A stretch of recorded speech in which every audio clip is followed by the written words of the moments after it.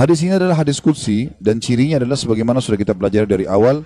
Rasulullah SAW bersabda, lalu Allah yang maha tinggi atau maha suci berfirman. Potongan pertama yang kita ambil pelajaran adalah ana inda dhanni abdi bi. Aku selalu sesuai dengan prasangkaan hambaku. Ini kalimat penting sekali teman-teman sekalian. Selalu dengan prasangkaan hamba. Jika dia berprasangka baik kepadaku, maka dia mendapatkan kebaikan itu. Dan jika dia berprasangka buruk, maka dia akan mendapatkan keburukan. Maknanya, apapun yang sifatnya kita dapatkan teman-teman sekalian, sifatnya baik, maka misal kita dapat nikmat makanan, kita dapat nikmat kesehatan, apa saja, lalu kita sangka baik dengan Allah, oh ini berarti Allah sedang melimpahkan nikmatnya pada saya, alhamdulillah. Itu sudah umum orang bisa lakukan. Tapi kalau dia dapat musibah, dia sakit, kehilangan harta, ditipu orang, gitu kan. Dia di sini juga dibutuhkan untuk sangka baik dengan Allah. Kalau dia sangka baik di sini, dia akan dapatkan kebaikan. Misal dia mengatakan, mungkin Allah akan bersihkan dosa-dosaku, mungkin Allah akan tinggikan derajatku, maka dia dapat. Tapi kalau dia sangka buruk, maka ini akan bermasalah buat dia. Kita akan sebutkan teman-teman sekalian hadis qudsi yang lain. Kalau teman-teman bisa tulis, ditulis hadis qudsi ini ya. Karena ini hadis qudsi mulia sekali ya. Kalau saya subhanallah selalu merasa gembira sekali dengan mendengarkan hadis qudsi ini ya. Dan hampir setiap hari hadis ini selalu saya ulang-ulangi teman-teman sekalian. Saya ulangi, saya baca lagi, saya renung lagi, dan seperti sebuah hiburan yang tidak akan pernah ada habisnya. Karena ini hadis qudsi, hadis sahih di mana Allah Subhanahu wa taala menyampaikan kepada kita berita gembira tentang orang-orang yang mau berprasangka baik dengan Allah. Allah berfirman, wahai anak Adam, artinya kita semua manusia dipanggil. Jangan pernah engkau takut kepada siapapun yang mempunyai kekuasaan, selama kekuasaanku ada. Dan ketahuilah, kekuasaanku tidak akan pernah punah selamanya. Wahai anak Adam, jangan pernah engkau takut dengan kesempitan rezeki, karena perbendaharaanku penuh. Dan perbendaharaanku tidak akan pernah punah selamanya. Wahai anak Adam, ini potongan yang ketiga dari hadis. Kalau tertinggal langkahin dulu, nanti kita kembali. Jadi Allah Subhanahu wa taala tidak mau kita capek ya. Di sini dikatakan Allah berfirman, hai anak Adam, aku ciptakan kamu untuk beribadah. Maka jangan engkau main-main. Aku menciptakan engkau untuk beribadah, maka jangan kamu main-main. Tadi potongan pertama, kalau ada yang tertinggal silakan. Wahai anak Adam, jangan engkau takut pada siapapun yang mempunyai kekuasaan selama kekuasaanku ada, dan kekuasaanku tidak akan pernah punah selamanya. Kemudian potongan kedua, wahai anak Adam, jangan pernah engkau takut dengan kesempitan rezeki, sedangkan perbendaharaanku penuh, dan perbendaharaanku tidak akan pernah punah selamanya. Wahai anak Adam, aku ciptakan untuk beribadah, maka janganlah engkau main-main, dan aku tentukan rezekimu, maka tidak perlu kamu capek. Tentu anggota tubuh kita bergerak, hati kita bertawakal ya. Aku ciptakan engkau untuk beribadah, jangan engkau main-main, dan aku tentukan rezekimu, maka tidak perlu engkau capek. Demi kemuliaanku dan keagunganku, demi kemuliaan dan keagungan, jika engkau ridho terhadap pemberianku, maka aku akan tenangkan jiwa dan ragamu. Jika engkau ridho ya, terhadap pemberianku, maka aku akan tenangkan jiwa dan ragamu. Jika engkau tidak ridho dan engkau akan mulia di sisiku, Jika engkau tidak ridho, tadi ya, demi kemuliaanku dan keagunganku, jika engkau ridho dengan pemberianku, maka aku akan membuat jiwa dan ragamu tentram, dan engkau akan mulia di sisiku. Tapi jika engkau tidak menerima pemberianku, maka aku akan membuatmu mengejar dunia. Nanti kita ulangi lagi ya. Dan jika engkau tidak menerima pemberianku, maka aku akan membuatmu mengejar dunia, seperti hewan buas yang sedang mengejar mangsanya di padang pasir. Kemudian tidak akan datang kepadamu kecuali yang sudah aku takdirkan. Jadi kalau kita ridho dengan apa yang Allah berikan, Allah akan buat jiwa kita dan raga kita tenang, lalu kita mulia di sisi Allah. Tapi kalau kita tidak ridho terhadap apa yang Allah berikan, kenapa ya saya begini ekonomi saya, kenapa ya muka saya begini, kenapa ya badan saya begini, kita berkeluh kesah, maka Allah SWT mengatakan, aku akan membuatmu mengejar dunia seperti hewan buas yang sedang mengejar mangsanya di padang pasir.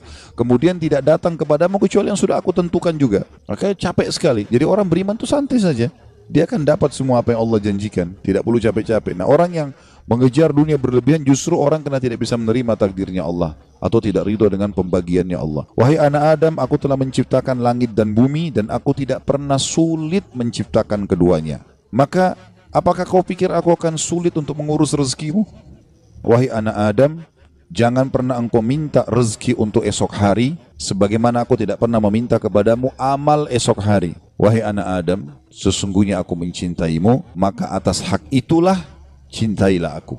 Kita ulangi hadisnya. Allah menyebutkan dalam hadis qudsi, wahai anak Adam, jangan pernah engkau takut dengan siapapun yang berkuasa, raja, presiden, siapa saja, selama kekuasaanku ada, dan kekuasaanku tidak akan pernah punah selamanya. Wahai anak Adam, lanjutan yang potongan duanya, jangan pernah takut dengan sempitnya rezeki, sebab perbendaharaanku banyak, penuh, dan perbendaharaanku tidak akan pernah habis selamanya. Yang ketiga, wahai anak Adam, aku telah menciptakan engkau untuk beribadah, maka jangan bermain-main, dan aku juga sudah menentukan rezekimu, maka tidak perlu engkau capek. Jadi di sini anggota tubuh kita berusaha, hati kita bertawakal. Demi kemuliaanku dan keagunganku, jika engkau ridho terhadap pemberianku, ridho dengan paras wajahnya, tubuhnya, pasangan hidupnya, anaknya, maka aku akan tenangkan jiwa dan ragamu, dan engkau akan mulia di sisiku. Dan jika engkau tidak ridho terhadap pemberianku, maka demi kemuliaanku dan keagunganku, aku akan bebankan kepadamu dunia, atau aku akan membuatmu mengejar dunia, sehingga engkau berlari-lari mengejarnya seperti hewan buas yang sedang mengejar mangsanya di padang pasir. Kemudian tidak datang kepadamu kecuali yang sudah aku tentukan. Wahai anak Adam, aku telah ciptakan langit dan bumi, dan aku tidak pernah merasa susah dalam mengurus dan menciptakannya.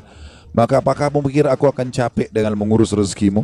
Wahai anak Adam, jangan pernah engkau minta rezeki esok hari, sebagaimana aku tidak pernah minta kepadamu amal esok hari. Kita tidak perlu sholat untuk besok, untuk lusa, untuk minggu depan, cadangan, tidak perlu. Sholat hari ini. Kita puasa hari ini. Ramadan tahun ini. Itu pun hari yang ada kita hidup, kita puasa. Kalau enggak ada. Gitu kan? Hari ini semuanya. Maka jangan kau minta rezeki besok kepadaku, sebagaimana aku tidak minta kepadamu amal besok. Gitu kan? Lalu kata Allah Subhanahu Wa Taala, penutupan hadisnya, ya, sebagaimana sudah kita sebutkan tadi ya. Wahai anak Adam, aku sangat mencintaimu, maka atas hak itulah cintailah aku. Dan makna cinta artinya mengabdi dan berkorban. Ya ikutilah perintahku. Apa yang aku perintahkan, apa yang aku larang, aku perintahkan kerjakan, kalau larang tinggalkan. Ini subhanallah hadis teman-teman sekalian. Setiap kali saya baca, saya pribadi merasa ketenangan jiwa. Udah Allah sudah tentuin semua. Dan ini sesuai juga yang pernah saya sampaikan teman-teman sekalian. Hadis yang perkataan Hasan Basri rahimahullah yang mengatakan, aku selalu tenang dan senang dalam kehidupan dunia karena dua hal. Aku selalu senang dan tenang karena aku tahu ajalku sudah ditentukan oleh Tuhanku. Udah, Allah sudah tahu kapan aku mati. Udah nggak usah aku pikirin kapan mati itu. Beramal saja. Aku selalu senang dan tenang dengan itu. Aku sudah tahu ajalku sudah ditentukan oleh Tuhanku, maka aku tidak perlu memikirkannya. Dan aku selalu senang dan tenang karena rezekiku sudah ditentukan oleh Tuhanku, maka aku tidak pernah berpikir untuk diambil oleh orang lain. Jadi kalau teman-teman misal lagi masuk dalam satu proyek berdua sama temannya, atau berapa orang sedang bersaing, lalu kemudian dia gagal, teman-temannya dapat misalnya. Jawaban sederhana, belum rezeki. Selesai. Karena biar kita berusaha setengah mati nggak bakal dapat itu. Sudah Allah tentuin. Seperti itulah. Dan tadi sudah kita jelaskan di diskusi tadi, kalau kita ridho dengan pemberian Allah, Allah buat jiwa kita dan raga kita tenang. Subhanallah, orang kalau misalnya mau makan udah habis, oh ya sudah, belum rezeki saya. Tenang jiwanya. Kenapa habis? Kenapa dimakan? Kenapa begini? Sakit hati, perutnya juga lapar. Jadi ini kaidah hidup yang luar biasa yang mestinya kita fahami ya. Di sini makna juga ana inda dhanni abdi bi, saya selalu dengan prasangkaan hambaku. Seberat apapun teman-teman yang sedang kita alami, terimalah berita gembira selama kita beriman, kalau itu pasti kebaikan buat kita. Sampai ada sebuah hadis qudsi yang lain, ya, kata Nabi SAW, Allah berfirman kepada para malaikat, batasilah rezekinya hambaku yang ini, karena kalau kau bukakan dia akan kufur. Dan luaskan rezekinya hambaku yang ini, karena kalau kau bukakan dia tambah bersyukur. Jawabannya sederhana, berarti kalau kita mau teman-teman sekalian rezeki kita terbuka segala macam, royal di jalan Allah, jangan perhitungan. Allah SWT akan buka, karena Allah tahu ini orang kalau dibukain tidak masalah. Qarun kan begitu dulu. Qarun itu yang diceritakan di dalam Al-Quran tentang kaumnya Nabi Musa yang kaya raya. Sampai di Indonesia pun bahasanya harta karun. Ya. Itu kan namanya Qarun, ditimbun sama Allah dengan harta-hartanya. Walaupun ahli sejarah berselisih pendapat di mana tempatnya. Ada yang mengatakan di laut, di Turki, ada yang mengatakan di Jordan, negeri Syam, dan sebagainya. Ala kulli hal, dia ditenggelamkan oleh Allah SWT. Sampai semua harta tertimbun dikatakan harta karun. Ya. Qarun itu dulu orang soleh, luar biasa ibadahnya sama Allah. Sampai terkenal di pengikut Nabi Musa yang paling alim, termasuk adalah Qarun. Miskin, rumahnya susah, bajunya kotor, makan tiap hari tinggal tunggu orang kasih. Sering Nabi Musa lewat, kirim salam sama dia, tanya kabarnya, titipin makanan. Salah satu dia bilang, hai Nabi Allah, mintalah kepada Allah agar aku diberikan kekayaan. Susah hidup begini. Nabi Musa alaihissalam berdoa, baiklah, ya Allah bukakanlah rezekinya Qarun. Allah terima, Qarun bertahap, diajarkan oleh Allah Subhanahu Wa Taala. Tiba-tiba Nabi Musa alaihissalam berikan dia sedikit emas, ya, kemudian dia transaksikan, terus dia tertarik dengan emas itu. Dia mulai belajar bagaimana cara mengelolanya emas, sampai pelan-pelan dia punya kios kecil, lama-lama sampai dia punya produksi emas terbesar pada saat itu. Menjadi orang kaya raya. Udah nggak sholat lagi, udah nggak zikir lagi, ya. Udah mulai sombong, jalan di pinggir jalan sampai kereta kencananya semua pakai emas. Kemudian Nabi Musa alaihissalam utus orang-orang untuk ngumpulin zakat mal, dia nggak mau kasih. Lebih parah daripada itu, dia mengajak kaumnya dan membiayai mereka untuk memerangi Musa alaihissalam. Sampai akhirnya Musa alaihissalam berdoa agar Allah tenggelam dengan harta-hartanya semua. Jadi subhanallah, Allah itu memberikan dan Allah mengenahan, itu Allah tahu tentang kita. Ya ibaratnya seperti misalnya anak kita. Kita tidak bahasakan Allah punya anak. Ta'alallahu, ya. Allah maha suci dengan maha tinggi masalah itu. Tapi ini Ibnu Qayyim rahimahullah memberikan contoh perumpamaan orang yang belum dikasih oleh Tuhannya Allah, perumpamaan seperti seorang anak yang sedang meminta izin dari orang tuanya untuk melakukan satu perbuatan atau berteman dengan seseorang. Misal bapak ibu punya anak mau berjalan sama teman-teman, kita tahu teman-temannya narkotika, orang merusak. Padahal anak ini tidak ngerti, dia bilang ibu ayah izinkan saya. Kira-kira bapak ibu mau izinkan? Kalau kita pakai akal sehat kan nggak mungkin. Kita tahu anak ini walaupun dia mau, dia senang, dia gembira, dia akan rusak nanti. Kita nggak akan kasih, apapun risikonya. Ibnu Qayyim rahimahullah berikan perumpamaan seperti itu. Ada orang merengek-rengek sama Allah, Allah belum kasih. Allah lebih tahu, gitu kan? Ini hambaku ini kalau saya kasih, dia masalah nanti. Ada orang begitu subhanallah. Mungkin contoh kasus, ada orang anaknya meninggal masih kecil. Baik, mungkin dia merasa sedih. Tapi subhanallah bisa saja mungkin anak itu kalau besar buat masalah buat dia. Kita nggak tahu. Walaupun menurut kita mungkin tidak. Kan itu terjadi di kisahnya Nabi Khidir, ya kan? Dalam surah Al-Kahfi disebutkan, waktu Nabi Musa alaihissalam jalan sama dia, ada anak kecil jalan langsung dibunuh oleh Nabi Khidir. Nabi Musa bilang, kenapa kau bunuh anak kecil? Nggak ada dosanya nih. Kata Nabi Khidir, kan saya sudah bilang, syaratnya kau belajar sama saya, jangan tanya sampai saya jelasin. Tapi yang jelas, Nabi Musa bertanya waktu itu, ringkas cerita, nanti akhirnya Nabi Khidir ceritain. Gitu kan?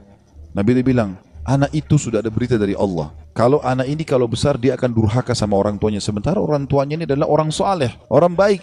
Si ayah sama ibu ini orang baik. Maka Allah menyuruh aku membunuhnya. Aku pertama utusan Allah. Kalau aku bunuh, aku tidak berdosa.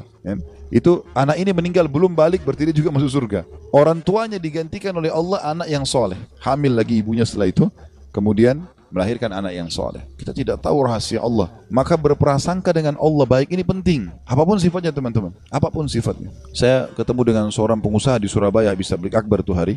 Datang kepada saya, Ustaz, di antara teman-teman saya orang yang bisa dikatakan di antara mereka kelasnya yang paling alimnya saya. Artinya di antara ibadah segala macam teman saya masih ada yang lalai sholat. Saya alhamdulillah azan ke masjid, urus ibadah lah gitu kan. Masuk ke satu proyek, semua dapat kecuali saya Ustaz. Bagaimana memahami? Hati saya masih pegel nih gitu. Saya jawab itu belum rezeki antum. Dan bisa bahaya, mungkin saya kalau antum masuk malah jadi masalah. Bersangka baik sama Allah. Sudah, orang mukmin itu seperti kalau jalan ke satu tempat, antum lagi jalan ke dalam gang, ketemu sebuah jalan yang buntu. Apa yang harus dilakukan?